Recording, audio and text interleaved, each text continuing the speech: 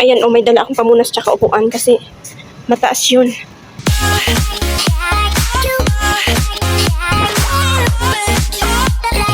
Hi guys, magandang umaga. So ayan, katatapos ko lang naglinis sa sala. So ngayon dito ako sa kusina, maglilinis ako.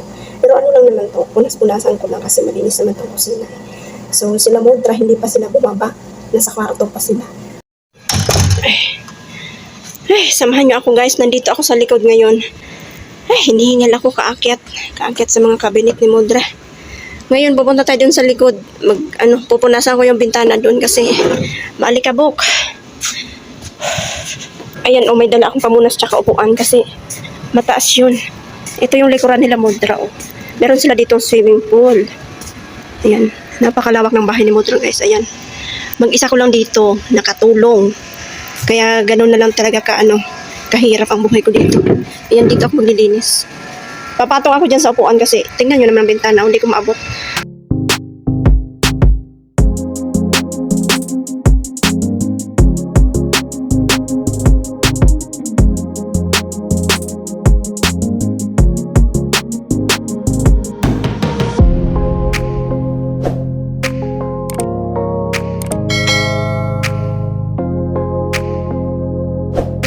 So ayun guys, katatapos ko lang naglinis dito sa kusina. So alas 3 na, mag-alas 4 na ng hapon.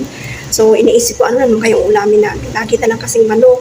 Alam nyo naman dito, puro manok. So ang ginawa ko, manok talaga. Kasi naalala ko yung kangkong ko doon sa rooftop. Makapal na naman yung dahon. So sabi ko sa kasama ko, ulit tayo ng manok. So ngayon, ito. Ayan. Manok ulit. Sasabawan ko yan. Tapos may konti rin kaming kanin. Ayan. So ngayon, aakyat ako doon sa rooftop. Kukuha ako ng kangkong doon at kumapala naman siya ulit eh.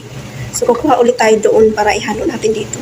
So ganun lang, hanap na lang tayo ng paraan talaga para makahanap tayo ng pagkain dito. Kasi ang hirap, sobrang hirap guys. Ulit-ulit na lang kami kumakain dito ng patatas, carrots, cabbage, ganun lang. Si Modra kasi hindi bumibili yan ng namin gulay. Laging na lang, carrots at patatas. Yun na lang ang available palagi dito sa kusina. So ayun, buti na lang at meron nga akong tanim doon sa taas, kangkong. So mamaya akyat tayo doon. Ayan guys, tingnan natin yung kangkong. Ayan siya. Meron na nga siya. Tingnan nyo guys, ang init. Alas 5 na ng hapon dito. Ayan. Napakaluwang ng rooftop ni Modra.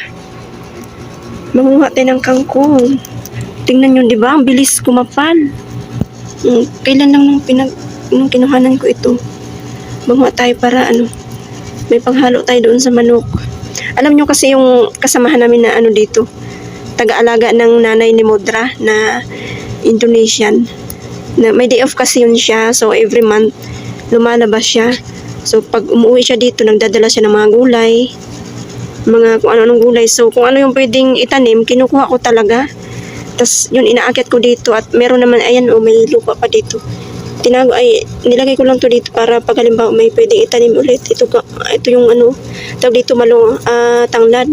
Pero hindi siya nabuhay. Diyan na lang yung lupa para pag may pwedeng itanim ulit, magagamit ko yan.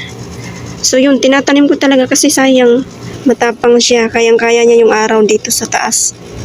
Hindi ko kasi ito pinapasok dahil pag ipinasok ko dyan sa loob, syempre, mas kailangan naman nila ng araw. So dito na lang talaga. At pakita nyo naman, di ba, ang taba niya. Ay, hindi naman siya mataba, lang siya, talagang green na green. Tsaka kahit pa paano naman, nabubuhay siya, di ba? Kasi binubuhusan ko rin kasi ito ng tubig gabi-gabi. Pag nagpapahinga na ako, lumalabas ako dito. Binubuhusan ko talaga siya. Basa pa nga siya. Oh. Diniligan ko kagabi. Hindi napakinabangan pa yung mga itatapon na sana namin. Napakinabangan. Ang hirap talaga dito sa Lalo si Modra na hindi bumibili ng gulay yan sa amin. Carrots, patatas, tsaka cabbage. Yun lang, ulit-ulit na nakakain namin dyan. Kaya nakakasawa naman. Kaya dapat talaga pasasaan ba't mga Pinay tayo, magagaling tayo, matatalino tayo, di ba? Di ba guys, ang dami kong nakuha. Dami, pwede na yan. Ayan guys, hugasan na natin kasi kumukulo na talaga ang tiyan ko. Nagugutom na ako, ilagay na natin dun sa sinabawan natin manok. Tingnan natin. Ayan, kulong-kulo na siya. Lagay natin yung ating kangkong. Ayan, fresh na fresh. Sino kaya yung kasama ko? Yung kasama ko kasi guys, nag-aalaga yun ng nanay ni Modra. Kaya mag-isa ko lang talaga dito sa bahay, paikot-ikot. Ayan na siya guys, luto na siya. Wow. Sarap ng sabaw. Yan, kain tayo. Hindi ka na. Tinatawagan kita kanina, hindi ka sumasagot. Napaibig kasi ako kaya ngayon na ulit si Alaga ako na. Dali ka na. Habang mainit pa yung kangko. Ako na siya baby. Kain tayo guys. Kanina kumakain Ang gutom na ako. Sobrang alas 5 na dito.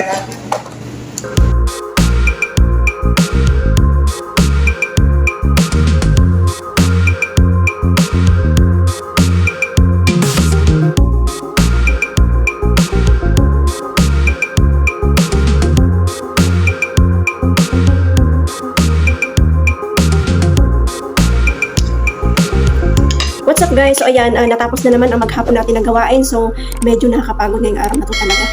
So ayun guys, umakyat na ako para makapagpahinga na tayo. So guys, maraming salamat po sa panonood at please paki-subscribe naman po sa aking bagong YouTube channel. Guys, paki-support naman po at please paki-pindot na rin po ng notification bell para lagi po ka-updated sa aking mga susunod pa na video. Salamat!